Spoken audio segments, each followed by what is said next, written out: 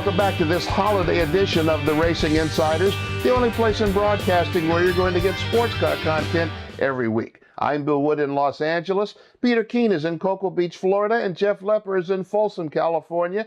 Guys, we're going to look at everything that happened in 2013 and how it might impact in 2014. Obviously, the big story, the overall headline in sports car racing was the merger between Grand Am and the American Le Mans Series, forming the Tudor United Sports Car Championship. That's coming right around the corner, just over the horizon, with the Daytona 24-hour coming up in January. Peter, you're our Grand Am side of things. What happened? Well, I got to tell you, Bill, everybody's looking forward to that 2014 24 Hours of Daytona. There's a lot of talented people and a lot of talented teams that are going to be there. The one complaint I guess I got is here we're drinking eggnog and there's no rules package. I don't know when, IMSA will get done with the rules package. Maybe it'll be 2015. I said, and as for a year in review for the Grand Am series, I got to tell you, I think my big hero or my big highlight of the whole year is Jordan Taylor. Jordan Taylor starts out with as the starting out driver, and by the end of the year, he was dominant. He was the class of the field. So for my 2013 Daytona prototype review would be, Spirit of Daytona C-, Jordan Taylor A+. Not only Jordan Taylor, but that whole Wayne Taylor racing program, it really came along, got their second championship in Grand Am, and Jordan has become kind of the star of the series. He's young. They want to attract young fans. He puts out these viral videos, him and several of his friends, that were very well received, 10, 20, 30,000 views on some of these videos. Told me once that he was really interested in Beatles music, and it came from his dad, Wayne Taylor. He listened to it at home, and he grew to like it. Jeff, what about the ALMS? They bring that to the side here. What are your memories from the ALMS series? Well, I got to think going to GT, you got to look at the SRT program. I've always been a huge Mopar Dodge guy, and watching those Vipers come back again and really compete all the way up till Baltimore when they had their podium finish there fighting for the win. I like to see that. I'm glad that's expanding next year. I'm excited that the GT3 R Viper is coming back to race for customer programs. So on the ALMS side, that was what I was excited to see in 2013, and look forward to see that program expand in 2014. The ALMS, we want to talk about P1 here in this segment. It was wonderful to hear and to see and actually feel, if you're ever trackside, that Muscle Milk program, to see what they've done. They ran off races after race after race wins, got their second win in the Victory Championship in a row. It's very difficult for Dyson Racing. I've talked to Chris several times, and they don't know what they're going to be doing next year. I don't think it's going to be in prototypes. They had an enormously successful season in 2011. They didn't get to 2012. They finished second. Everyone will always remember that race at Road America in 2012 when they Guy Smith chased, I think it was Lucas Luhr, up the hill and passed him at the finish line, got the closest finish ever in ALMS history. It was an incredible last few laps of a great race. And now they're wondering what they're going to do. Dyson Racing, they celebrated their 30th anniversary this year, and now they're not going to be coming back probably in the prototype. Chris Dyson, in fact, ran sprint cars in the off season. It's really an open season on what they're going to be doing. And I'm going to miss some of that thunder in P1 in sports car racing in the Tudor United Sports Car Championship. But, you're going to get some of it in Daytona prototypes. Who knows if they're going to be competitive with the P2 cars. Peter, you could tell me that. Give me a quick glance here. There's some of the rule changes with the aerodynamics. What's the latest on that? Have you heard anything from anybody? Your car is the one that got upside down and flew in the air. What's happening with those rules? Well, essentially our rule package so far is the same. There's been no mention of a change, and the P2 cars get to go along with the Le Mans aero package. The thing that worries me is after Sebring, they're saying that the P2 cars can use all the downforce they want, and that might cause us some trouble. So we'll just have to see how that works out, Bill. Wow. It's amazing that here we are. We're next month, including the holidays. It's crazy. They don't have a rules package. The other thing you got to admit, the GT Le Mans field is 12 strong, is as strong as it's ever been. That's going to be great racing. And then the GT Daytona, I mean, there's a ton of manufacturers. There's a lot of factory back efforts. And I got to see one of those new Porsches run a couple weeks ago at Daytona, and that's one bad machine. I mean, I think we've gained. So we've lost one or two P1 cars, but we've gained everywhere else, in my opinion. How about you, Jeff?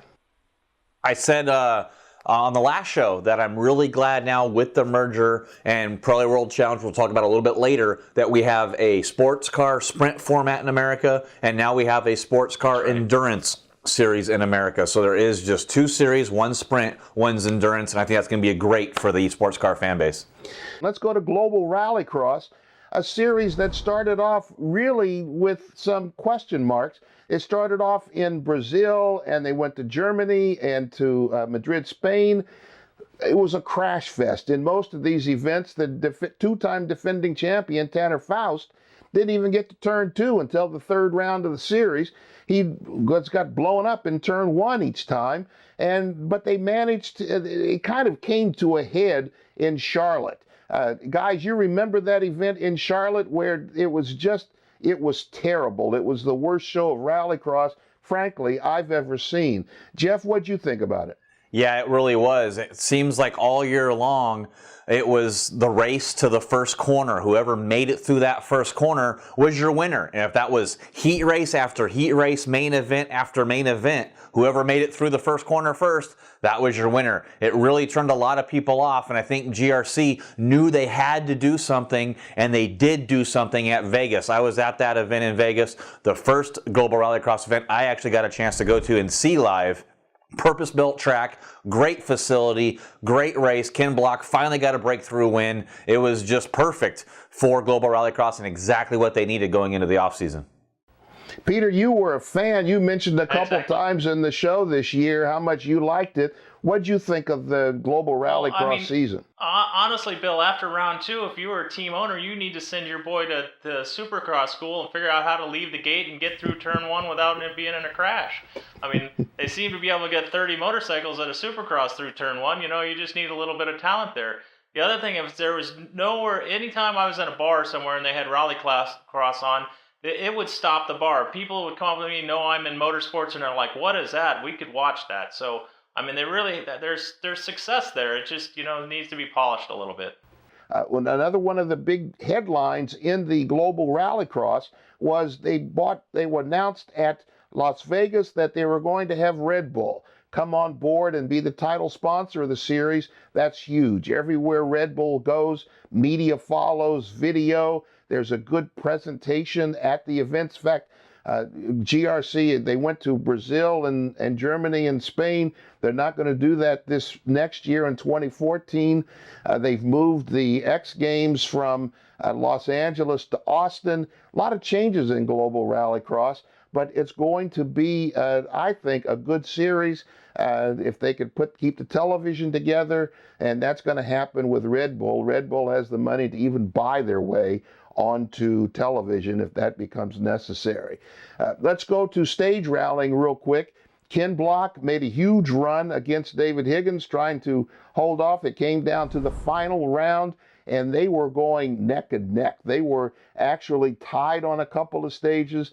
There was a great series that was put together, a webisode series that was put together by Subaru called Launch Control. And in that series, in that round from the Lake Superior Rally in Upper Michigan, they showed some real details. One, where David Higgins has a huge amount of experience globally. He was on the road ahead of Ken Block. He changed his entry point on a couple of stages, threw Ken off, and Ken, trying to follow in David's tracks, crashed. That crashed himself out of the event, but spun and lost a lot of time. That was a great series by Subaru. I hope they get a lot of awards for it. Some friends of mine were involved. Launch Control, if you haven't seen it, watch it. What about you, Jeff? Yeah, I mean, it's great to see. Unfortunately, just I think in the American fan base, the lack of events that we have and consistent schedule is really hurting stage rally. I think they really need like a Red Bull backing or somebody like that to come in and really take the stage rally up to the next level. Or if we can get, hey, fingers crossed, a WRC round in United States. There you go. Yeah, we haven't talked about the World Rally Championship. It was announced this past week by Citroën that they were going to have an entirely new team. Gone is Mikko Hirvonen, gone is Danny Sordo, gone is Robert Kubica. The new drivers on the team are going to be Mads Østberg, a Norwegian who's moving from Ford to Citroën, and Chris Meek, the Brit who's been with Citroën in the far past, but he's going to be on the team now. They're going to announce more of their racing programs. The winner of the World Rally Championship this year was Sebastian Ogier. He used to be with Citroën. He went to Volkswagen. Volkswagen's first full-time year, they were able to get the championship. Huge stories in rallying, rallycross. We've tried to touch on a little bit of it here, but follow it. It's a staggeringly interesting sport. Right after this, we're going to go to Formula Drift and the Pirelli World Challenge. Not so much about the competition, but these are two series that are able to make it in a very difficult financial world. We'll be right back. This is the Racing Insiders. This segment of the Racing Insiders was brought to you by GoRacingTV.com, for racers by racers. Want to keep up with all the racing action at the track? Well, download the new Go Racing TV iPhone and Android app. And remember to like us on Facebook and follow us on Twitter. Go on a high-speed ride with the Racing Insiders, the world's only weekly look at sports car racing. The biggest names, the biggest events, the biggest headlines, every week on the Racing Insiders. From a modest start, the Racing Insiders has grown into a global presence through passion, hard work, aggressive drive, an award-winning host, and the greatest minds in sports car racing. Now, the Racing Insiders is expanding, and you can get on board. Take part in our funding effort at Indiegogo. Valuable rewards from our partners are there for your support at Indiegogo.com. The Racing Insiders. Consider an investment in exclusive sports car racing excitement every week. Get behind the wheel, drive exclusive racing content you want and can't find anywhere else. The Racing Insiders. Make an investment in your passion.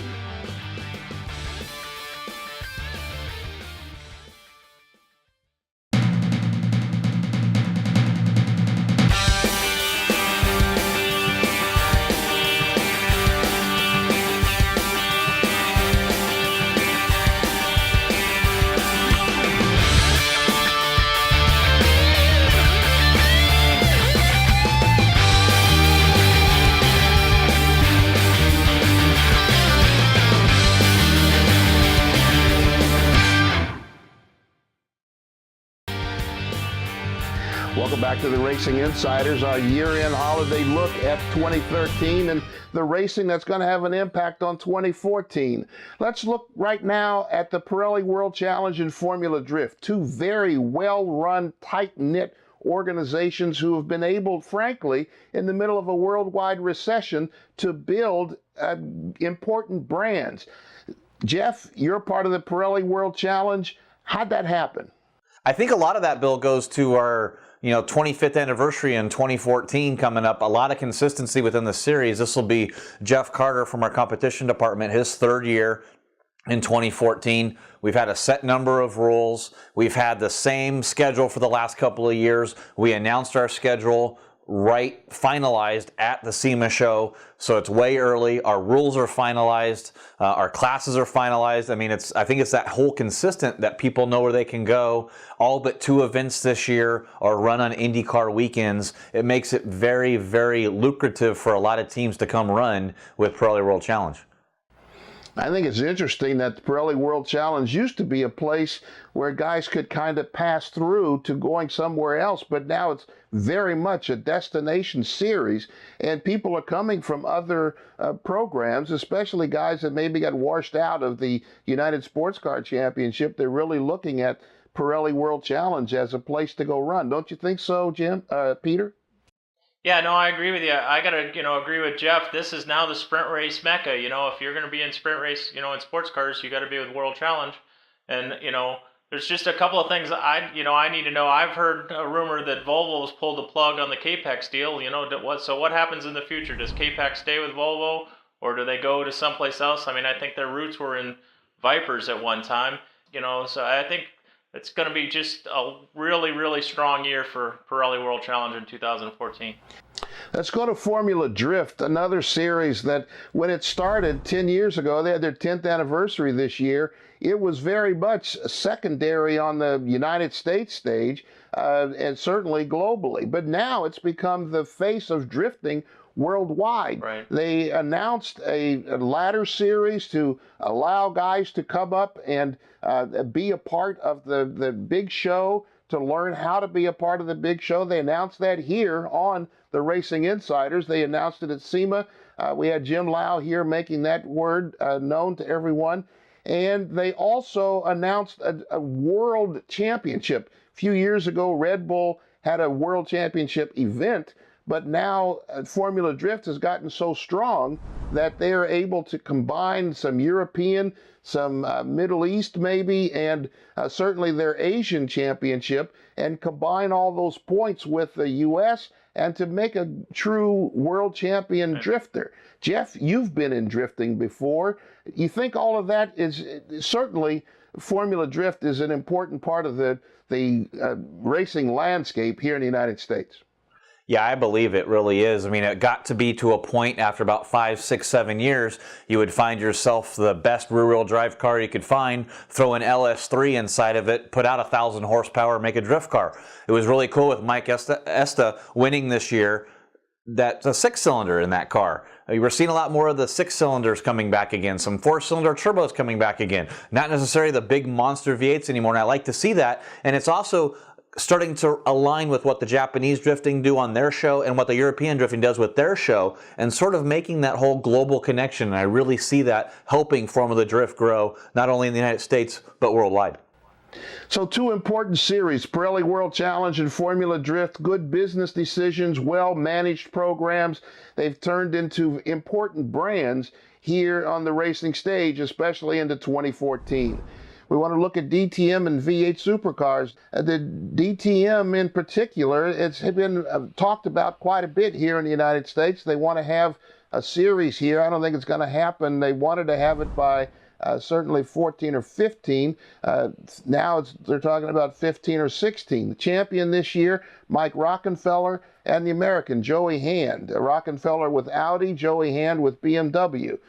Peter, what do you think about Rockenfeller, DTM in general? You think it's going to happen here in the United States? I don't know. I think that's a long shot. There might be one round, at Indy or maybe at Circuit of the Americas. That'd be nice to see. The funny thing, I tell all my friends, because they ask me about Joey Quick Hands all the time, how he's doing in DTM. I said it's pretty much his whole year is qualified 20th, finished 7th or 8th. So, I mean, hopefully Joey gets his qualifying down and gets up front, because we all know the kid can race. The other thing is I'd like to announce that we're probably going to see the champ, Rockenfeller, at the 24 Hours of Daytona. Maybe I shouldn't have said that. So, Anyway, there's my DTM assessment. There's a big headline you get on the Racing Insiders, just dropped on the table, something to chew on in the holidays. Jeff, what do you think about the DTM, and especially maybe coming to the United States, because that's going to be a sprint format just like the Pirelli World Challenge? I would love to have it. I mean, when V8 supercars came this year at Circuit of the Americas, it proved that that format can work by having cars that don't necessarily race in America, don't even make them in America, come to here and race. And at least all the cars that are in the DTM are manufactured and sold worldwide, including here in America. So I don't see a problem with that. I would love to have it. I think Joey Hand needs to take cues from Mike Rockenfeller. When Mike Rockenfeller was focused only on doing DTM, he ended up being a champion. Joey Hand traveling back and forth, coming over here and running American Le Mans with the BMW and then going back over there. I think if he's going to concentrate on DTM, he needs to stay over there, do all the testing, do all the practices, go to all the tracks. So it's interesting to see how his 2014 season's going to be now that he's got a full year behind him. With V8s, one of my favorite drivers is now 5-time champion Jamie Whincup. He's talked about coming to the United States like Marcus Ambrose, maybe running in NASCAR, maybe running in one of the GT series here. Peter, how do you think he would work out here, bringing that kind of the skill and curb jumping ability from V8s into American GT racing? Well, I mean, he's got plenty of talent. It's just to get yourself in the right situation, get you the right ride in the U.S., and I'm sure he'll do fine. I mean, obviously at COTA or anywhere you watch him, he can get the job done. One thing I think about V8 supercars is I sure would like to meet one of their shock engineers, because these guys can sky those cars over the curb and they never look upset, and those boys just flat get it done. The other thing I guess we need to call out to Nissan Motorsports for coming aboard and being competitive this year in V8 supercars. Yeah, actually, Nissan and Mercedes both got involved in the V8 series and had a moderate success, but at least they were there and finished the season. I'd love to see Whincup come. He's a Red Bull athlete, Red Bull sponsored on his V8 car. I'd love to see him come, and I'd have to assume, Jeff, you think the same thing.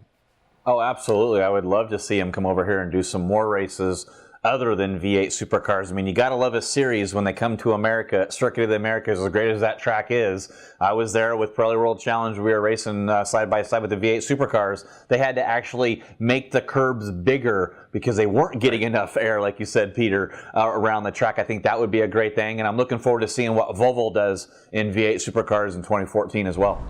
Peter, what are you going to be doing this weekend? We always hear from you. You have some very outlandish, out-of-the-box things you get done. You going to do that during the holidays?